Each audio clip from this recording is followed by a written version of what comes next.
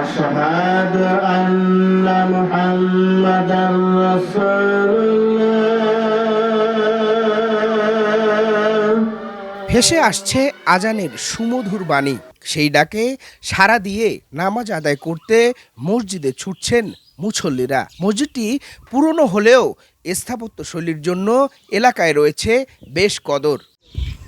1176 হিজরিতে মুঘল স্থাপনার আদলে নির্মিত হয় ঐতিহাসিক নিদারিয়া মসজিদ। 3 গম্বুজ বিশিষ্ট মুঘল স্থাপনার মসজিদটির নির্মাণের পেছনে রয়েছে সে সময়কার সুবেদার মনসুর খাঁর নামে এক মান্যতকারীর নানা কাহিনী।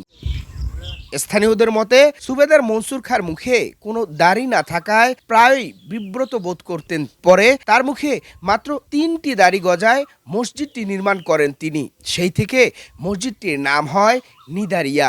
আমরা ছোট থেকে দেখলাম এবং আমাদের বাপদাদারাও বলতে পারে না যে এই মসজিদটা কতদিনকার আগের, খুব পুরাতন মসজিদ। তাতে ওখানে লেখা আছে 1176 হিজরি। তো লম্বা তো এখনকার লোক নয়, এটা তো ওই পুরাতন লোকে হইতে পারে।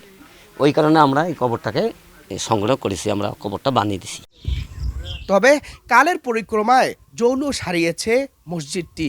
সংস্কারের দাবি জানিয়েছেন স্থানীয়রা। মাদ্রাসা আছে, পাশে মাদ্রাসাও থাকি আমরা, ঠিক আছে। কেন অনেক নিদর্শন আল্লাহ তাআলা কিন্তু দেখায়। 10 একর 56% জমি আছে মসজিদের, এগুলো অনেকেই ভোগ দখল করে খাচ্ছে। মসজিদ